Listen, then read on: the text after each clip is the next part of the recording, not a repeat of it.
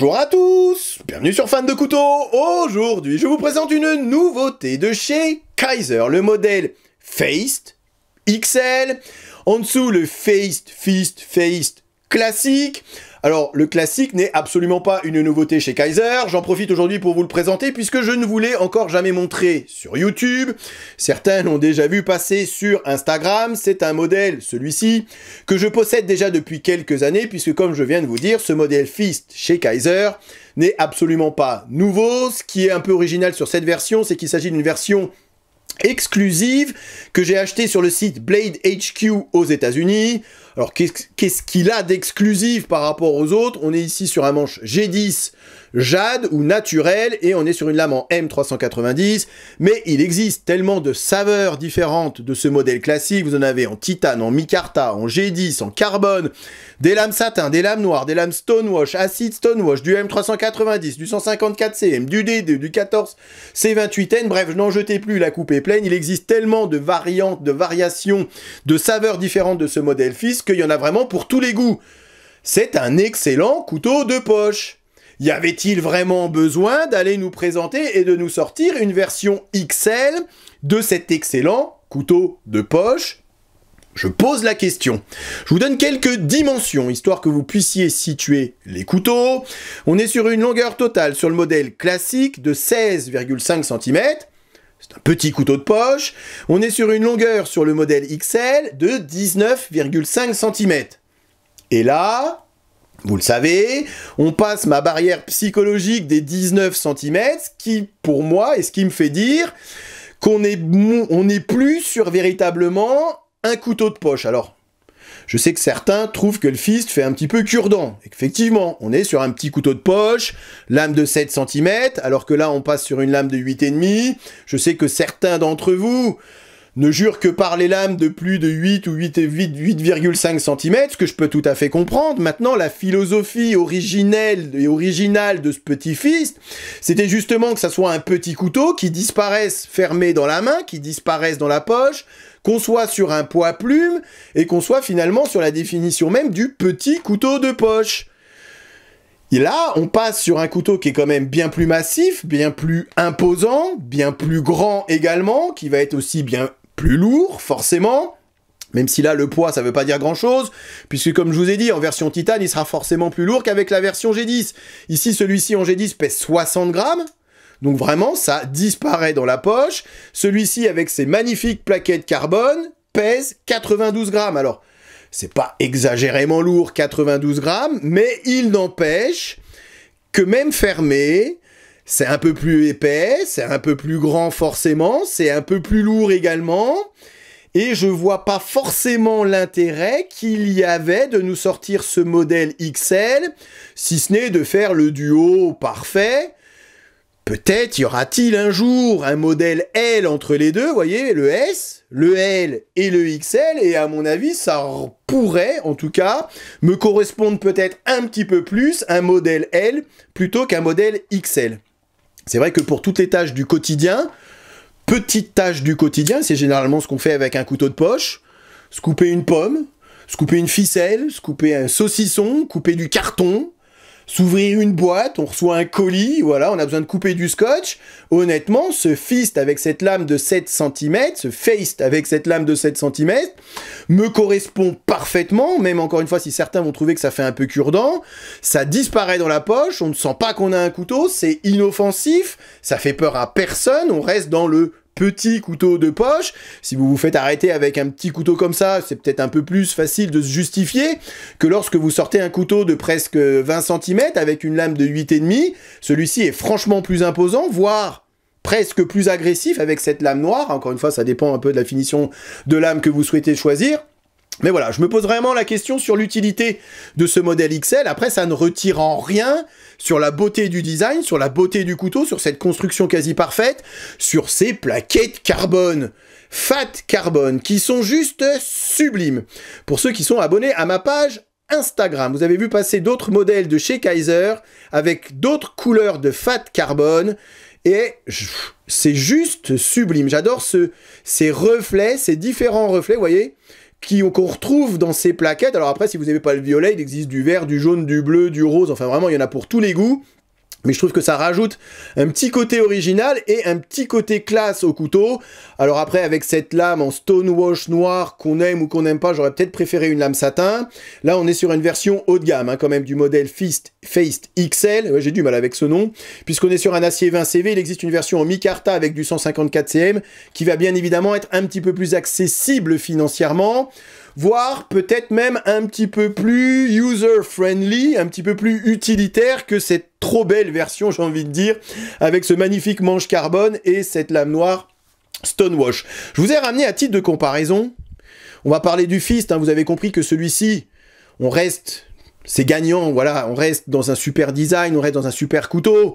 Maintenant, à l'utilité, si je devais en choisir qu'un entre les deux, je garderais mon petit, puisque justement, bah encore une fois, je répète, hein, c'est la force de ce couteau, c'est que ça disparaisse dans la poche.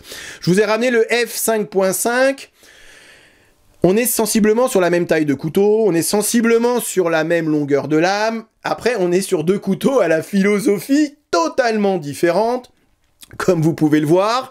Et c'est pour ça que je vous ai ramené le F5.5, c'est que celui-ci, c'est fin, c'est élégant, c'est tout petit, c'est tout mignon, comparé à ce F5.5 qui est assez massif, et même fermé. Regardez, on met presque deux Feist dans un F5.5 une fois fermé. Donc imaginez niveau emport, même au niveau du poids, celui-ci est vraiment fait pour disparaître littéralement dans la poche, et c'est la grande force de ce modèle Feist. Autre force de ce modèle, hein, qu'on soit sur le modèle XL ou sur le modèle classique, c'est le design du couteau. J'adore le monsieur qui est à l'origine du design, c'est Justin Lundquist, pour ceux qui ne l'auraient pas reconnu. Je vous ai ramené d'autres couteaux signés Justin Lundquist. Ici, il s'agit du WeKnife Black Void Opus V2.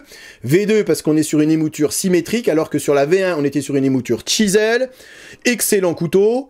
Un petit peu plus cher effectivement que chez Kizer, et je vous ai ramené un autre couteau au design de Lundquist, le Concept Reverie.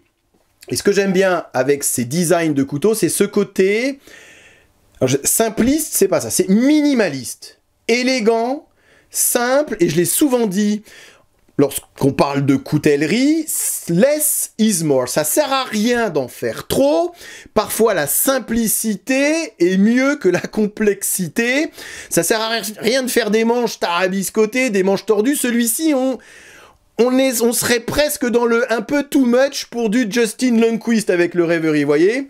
J'aime bien ce côté droit, ce côté effilé, ce côté simple, ce côté fluide des lignes de Justin Lundquist qu'on retrouve sur le Black Void Opus. Ici, ça qui est très caractéristique de son design. Et comme je vous dis, sur ce couteau, vous voyez, il n'y a pas de garde ici, afin que l'index ne vienne pas glisser sur le... Donc on n'est pas sur un couteau outdoor, on reste dans le couteau de poche pour les petites tâches du quotidien. Et cette version XL, finalement, est, à mon sens, un poil trop grande, un poil trop imposante, pour véritablement en faire un très bon couteau de poche. Je reste, et vous aurez compris, sur cette petite version du Feist, sur cette version originale. Je parle 2 secondes de la construction, puisque ça quand même, ça mérite d'être précisé.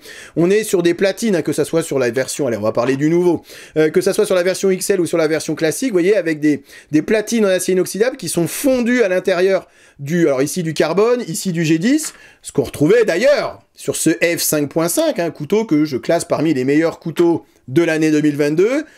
J'aurais peut-être pu classer ce couteau parmi les meilleurs couteaux 2022, sauf qu'il n'est pas sorti en 2022, il est sorti il y a bien plus longtemps que ça, mais c'est vrai qu'on est sur un excellent couteau, et avec une construction qu'on retrouve de plus en plus, et que j'aime de plus en plus avec ces platines, hein, qui renforcent bien évidemment ici le carbone, mais qui disparaissent littéralement dans le manche.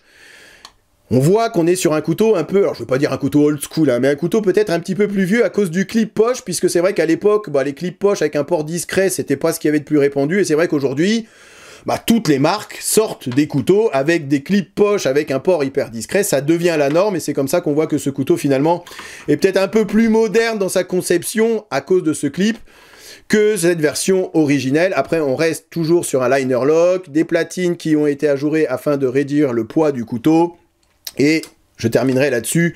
Ce que j'aime beaucoup également avec tous ces couteaux signés Lundquist, c'est que finalement, ils sont aussi jolis, fermés, couvert. On a vraiment ce côté un peu Quaken avec la lame qui disparaît littéralement dans le manche, ce qui permet d'avoir un port et un emport finalement assez discret, assez petit, assez minimaliste.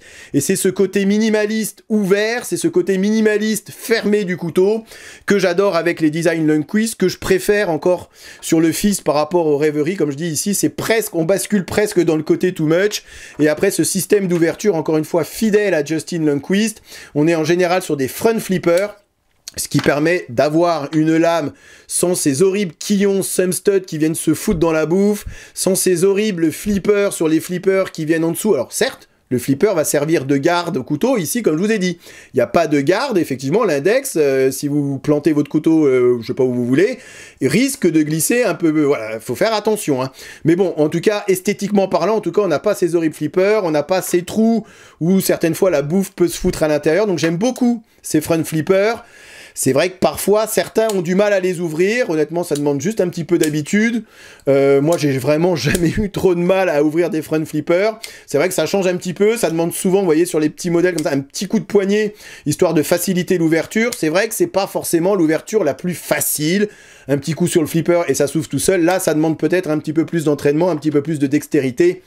Mais c'est vraiment la patte et la touche Lundquist. Je terminerai encore avec ces deux modèles-ci, où on n'est pas tout à fait sur un front flipper, on serait plutôt sur un top flipper. C'est comme ça que j'appelle ici ce système d'ouverture. Vous voyez, le front flipper, on a ici le dos de lame qui dépasse légèrement pour avoir un peu d'appui et ouvrir son couteau.